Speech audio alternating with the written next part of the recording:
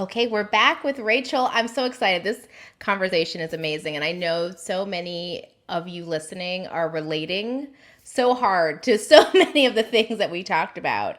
And as promised, we left off. You're like, I had this realization, things have got to change, and I have a responsibility. And I like that you shaped it from blame to responsibility. You Hmm. don't have the blame. There's so many levels to why Right. burnout happens, particularly to Black women, but you do have a responsibility that we sometimes lose sight of, that we Hmm. actually can be like the hero of our own story, right, the heroine, and we can actually make these changes, and we actually have that power.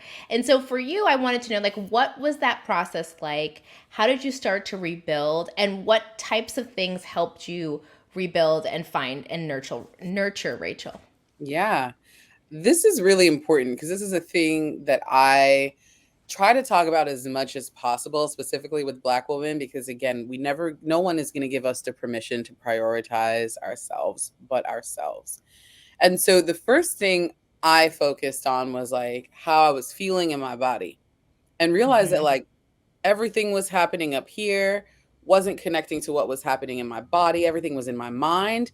And I was like, I need to get my mind and my body on the same accord. I used to try all types of things, but never committed to anything. And I was like, I really need a strong meditation practice. Like, I have to quiet my mind so that I do not feel like I'm going to throw up every time I look at a screen. Because that's how I felt. Yes. Every time I look at the Yes. screen, I was like nauseous, like, oh. And I think that with that, once I was able to connect my mind and my body, I realized that I wasn't in a place to lead anyone because we were coming into a new world. The real disappointment, I think, general, like where I felt like the most sadness in my healing, my journey to heal from burnout, was when I realized that nothing was going to change.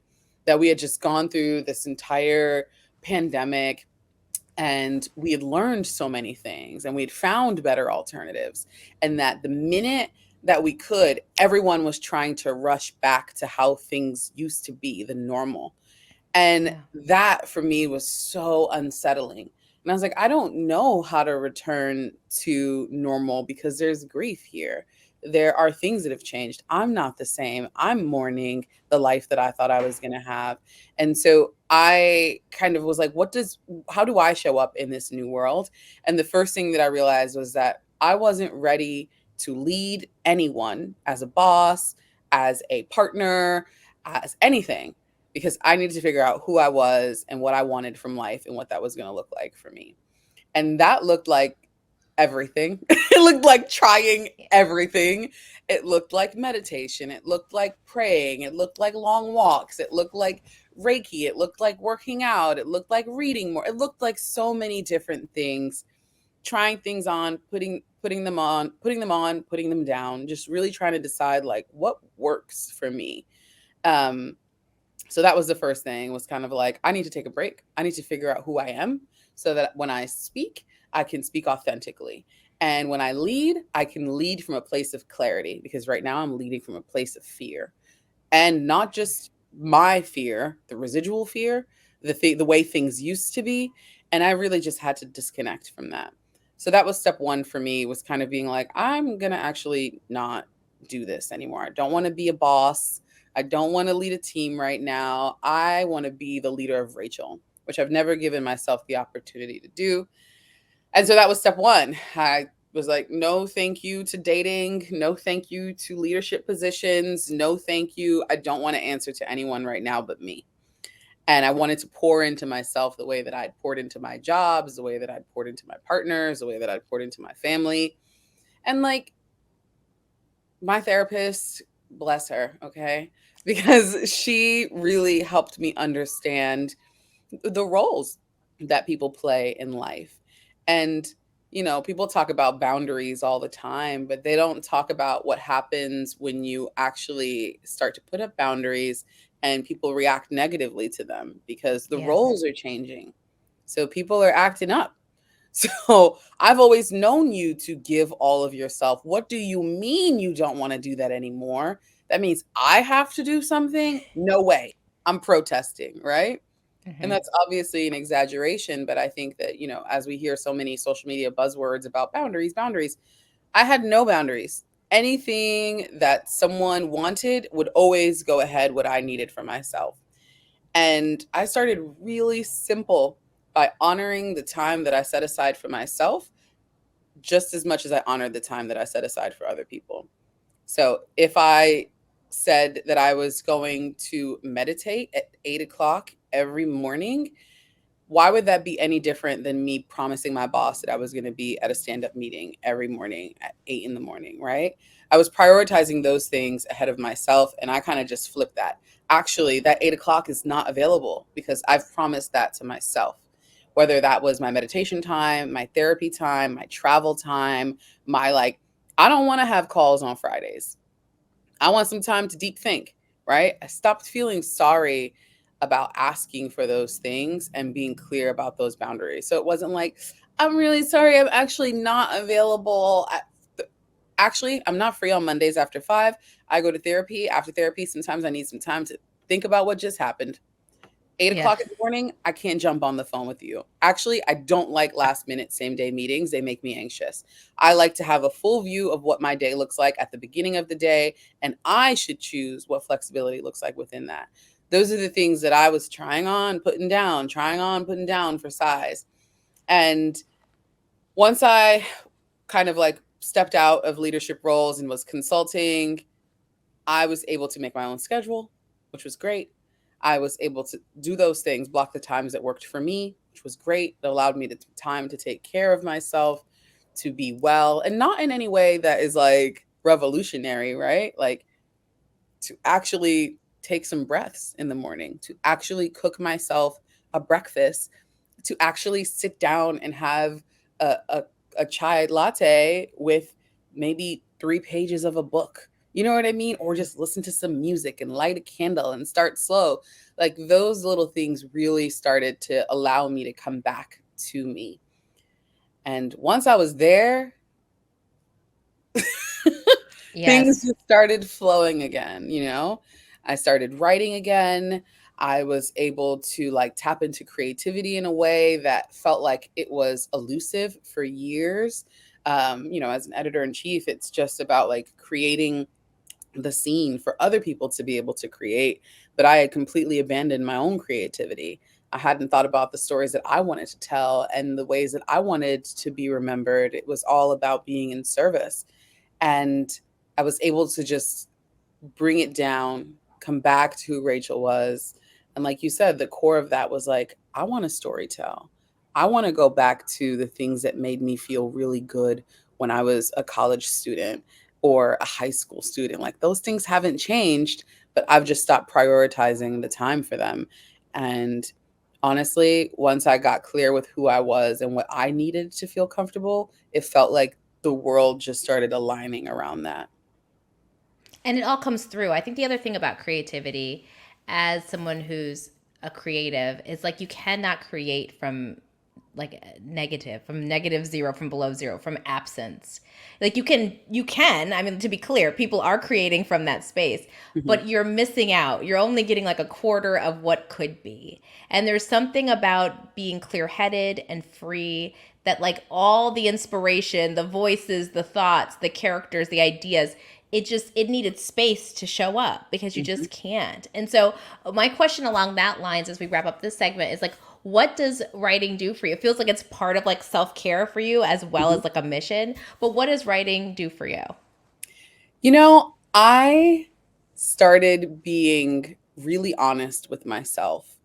And being honest with myself meant I had to start being really honest with people about how I was feeling, about what I needed, about where I was mentally and emotionally. And one of the first things I did when I quit my job was like, I just went out to LA because everybody moved to LA during the pandemic. And I was like, I'm going to have FaceTime with people who I haven't seen since 2019. And I was just catching up with all of these women, some men that I admire greatly. And every time I sat down, I was just very honest about where I was for the last year, 2 years, whatever. And almost every single person had a similar story. And I was like, oh my gosh, this is causing a deeper connection. This is like they're relieved to know that they aren't alone. My vulnerability has allowed them to speak and unlock something that maybe they wouldn't have been able or comfortable to share otherwise. And so it started with that. I was very comfortable in my career playing the background, right? When you work in certain spaces, it's not about you. When you're an editor in chief, it's not really about you. It's about the publication, it's about the brand, and it's about you creating the resources to help people get their stories out. I was really big on like working with younger journalists and trying to like give them the opportunities to get their first bylines or get their first columns or whatever it is. And so my creative work was on the back burner. It wasn't about me, it was about them. It felt very, like this, you have to be in the front. And same working for someone like Beyonce, it's not about you, it is about the brand, and the brand is Yeah. Beyonce. So you can't bring your personal ego into it. And I've always been really comfortable with that. But doing all of these tours and like having these conversations, I started to realize that the clearer that I was on who I was, the more vulnerable I was able to be with people. There was just this need for it. And I was like, well, what if this started happening in writing? Like, I'm having these conversations with women. They're feeling like they're in the same place, but nobody's talking about this, right? And that was honestly how I started my column with Pocket. They'd called and was like, we want to do this like women's history piece. And I was like, I don't really want to celebrate women's history this month because all of these things are happening that are like injustices to women. And like chief amongst them is like these lies that were always being sold about what progress looks like. And I was like, I'm just gonna go out on a whim and talk about things that make me feel uncomfortable, and realizations that I had, and the reach that first piece. It was called "It's Not Just Burnout." How grind culture fails women. Yeah. It's not just burnout. How grind culture fails women. Actually, the Black Girl Burnout podcast is one of the suggested readings. It So a was. little full circle. Um, and the amount of outreach that I got was whoa. I think it was the most read, not I think, because let me not even be coy about it. It was the most read collection on Pocket for the year of 2022. And I was like, whoa, when I'm honest, things work. And even though it's uncomfortable, I'm just trying to lean more into that honesty. So we launched a series of collections with Pocket that'll run through June.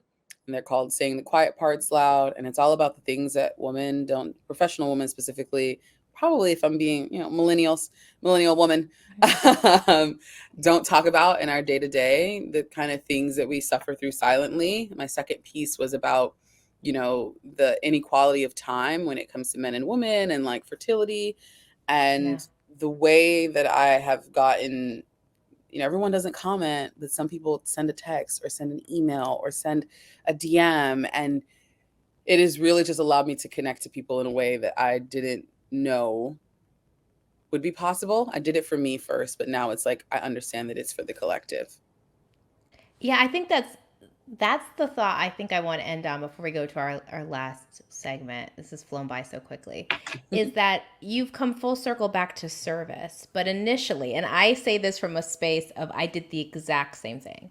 Initially, service became an excuse to hide, to not show up, to not be in your full power, right? It was, but I'm serving people. I'm a social worker. I get it. Like just giving up for people. And yet, what you realized is that you came full circle. When you came, now you serve from a place of fullness, Mhm. from a place of full presence, and the amplification of what you do has matched as you have become more yourself and more, from that place of groundedness and healing. And I feel the same way as, just creating this podcast. Like this was just like, well, I'm just going to be honest on a mic and I'll see what happens. But people see healing, like they can recognize it, and they can tell the difference between I was doing great stuff before and helping people all over the place, but they can tell the difference. Mhm. Mhm. And people will show up to your healed version of yourself in Yeah. every way you can imagine. Yeah.